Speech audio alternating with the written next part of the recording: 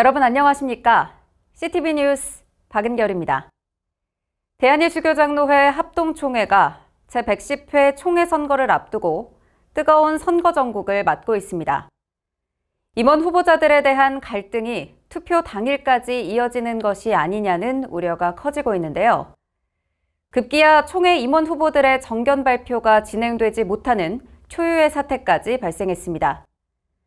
장로교에서 선거는 단순히 지도자를 선출하는 행위를 넘어 하나님께서 공동체를 다스리시는 거룩한 방법인데요.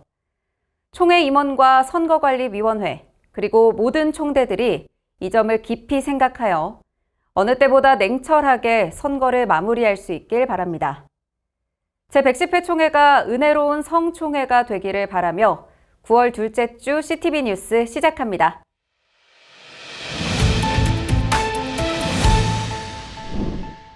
총회 임원 선거가 파행을 겪고 있습니다. 선거관리위원회의 후보 심의 결정에 문제를 제기한 다수의 참석자들이 단상을 점거하면서 결국 선거운동의 핵심 절차인 후보자 정견 발표회마저 무산됐습니다.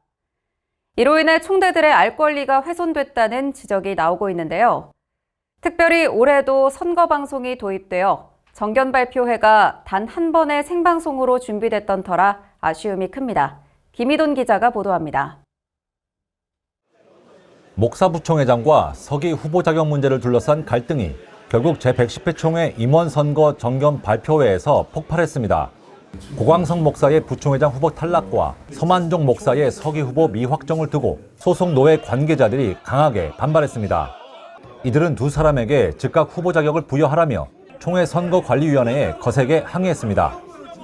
정견 발표회는 시작부터 순조롭지 않았습니다. 부석이 서만종 목사 등이 요청한 회의 진행 발언 기회가 주어지지 않자 다수의 목사와 장로가 강단을 점거했고 선거 공정, 선관위원장 사퇴를 외치며 집단 항의를 이어갔습니다. 발언권을 주셔야죠. 오정호 선관위원장이 질서 유지를 당부했지만 혼란은 가중됐습니다. 결국 장시간 대치 끝에 정견 발표회는 중단됐습니다.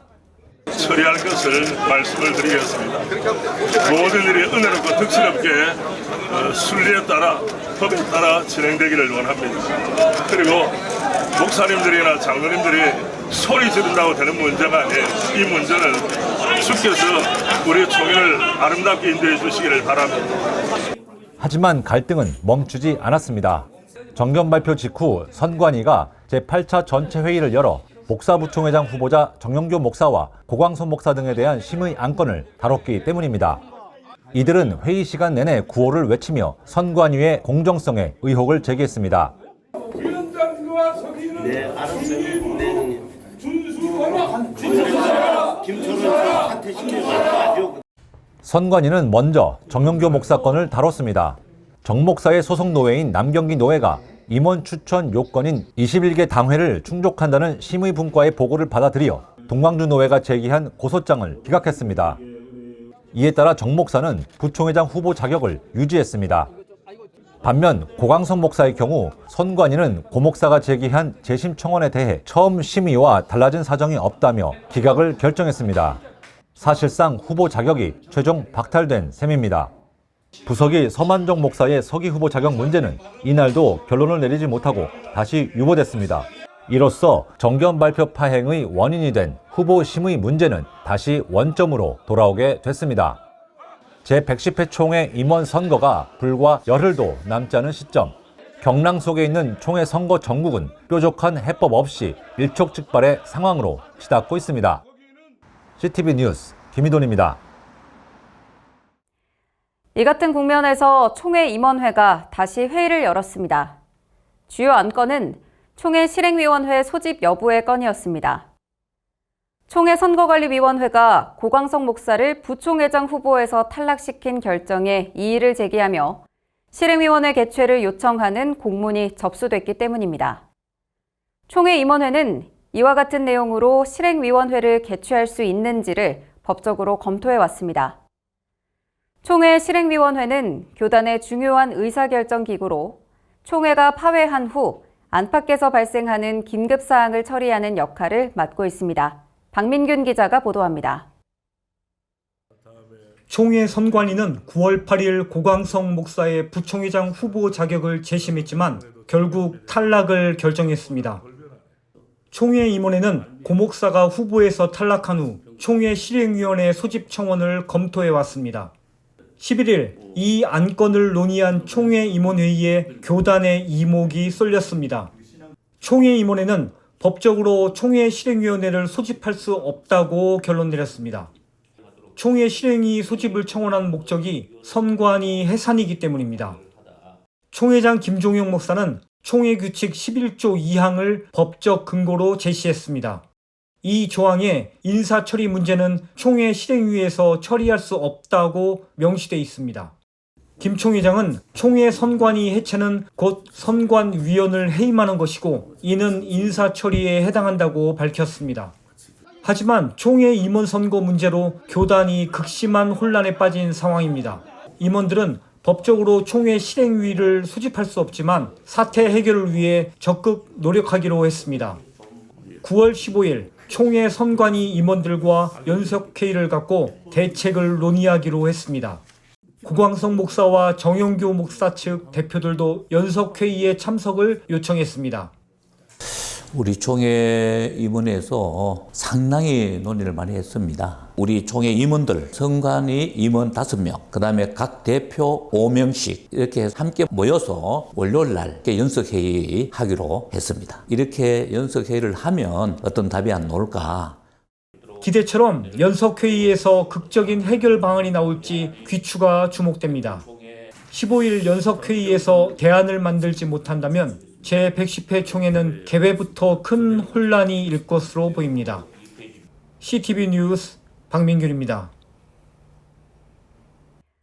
최근 우리 사회를 혼란에 빠뜨리고 있는 이단 사이비 종교 문제에 대해 법적 대안 마련을 위한 논의가 시작됐습니다. 종교의 자유라는 이름 아래 은폐되었던 사이비 종교 집단의 인권 침해와 사회적 피해 사례들이 공개되며 강력한 법적 규제의 필요성이 제기되고 있습니다. 이를 위한 대안으로 국회의원들과 한국교회가 함께하는 법안 마련이 기대를 모으고 있습니다. 자세한 소식을 정원희 기자가 보도합니다. 서울 여의도 국회의원회관. 평소와 달리 이단 사이비 종교 피해자들의 절규가 터져나왔습니다. 국회에서 처음으로 마련된 이번 토론회엔 국회의원과 전문가 그리고 피해자들이 한자리에 모여 사이비 종교의 폐해를 공론화했습니다. 한 신천지 탈퇴자는 종교 자유란 이름으로 자행된 불법 행위를 막아달라며 30년간 겪었던 성폭력과 사회 단절의 고통을 털어놨습니다.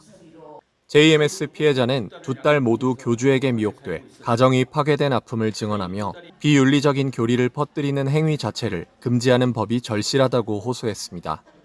사이비 종교는 교주를 구속한다고 해결되지 않습니다. 사이비 종교가 가르치는 사이비 교리를 가르치지 못하게 해야 합니다. 사이비 종교가 가르치는 비윤리적, 비도덕적인 교리가 있다면 이 단체는 해체하고 포교 금지 등의 조치를 할 수 있는 사이비 종교 규제법이 있어야 합니다. 이 법을 담당하고 있는 국회의원님들과 이재명 대통령님께 호소합니다. 통일교 합동 결혼식의 일본인 피해자 사례는 대독으로 소개됐는데 개인의 자율적 선택이 배제된 결혼과 재산 갈취가 얼마나 큰 고통이었는지를 보여주었습니다. 결혼 후 저는 한국으로 건너와 통일교에서 발행하는 세계일보를 배달하며 3년간 단체 생활을 했습니다. 무보수로 일하며 공동체 안에서 살아갔지만 그 생활은 점점 제 자존감과 인간성을 갉아먹었습니다.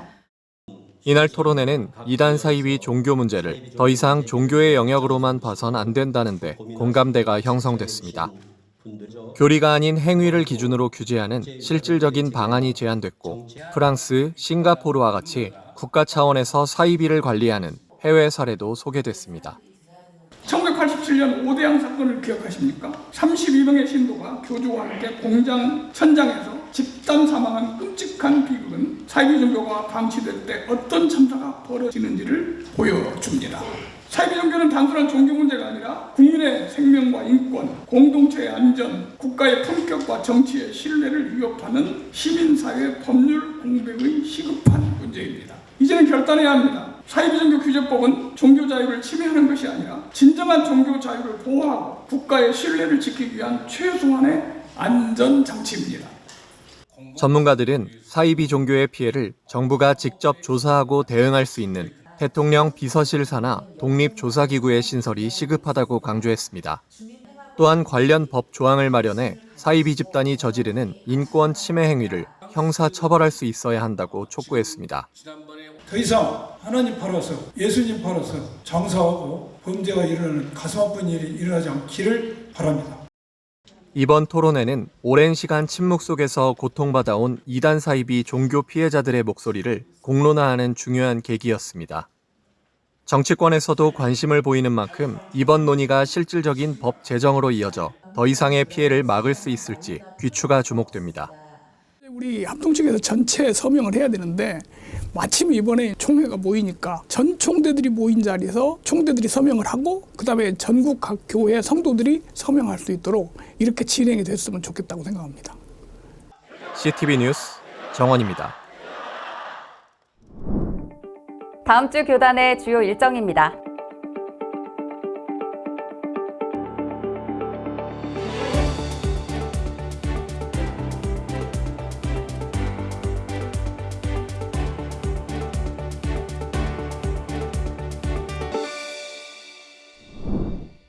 총회가 다가올수록 그리고 임원 선거가 과열될수록 속칭 찌라시라 불리는 사설 언론의 폐해가 나타나곤 합니다. 특히 일부 사설 언론들이 사실 확인 없는 기사를 퍼뜨려 교단의 공적 담론을 왜곡하고 선거판을 혼탁하게 만드는 경우가 적지 않습니다. 따라서 진실을 가장한 카더라 뉴스와 가짜 뉴스를 분별하는 것은 우리 모두에게 중요한 일이라고 하겠습니다. 총회가 혼란스러운 지금 우리 모두가 사실을 바로 보고 바로 전함으로써 스스로 속거나 남을 속이는 우를 범하지 않도록 각별히 유의해야 하겠습니다. 이상으로 CTV 뉴스를 마칩니다. 다음 주에는 더욱 반가운 소식으로 돌아오겠습니다. 고맙습니다.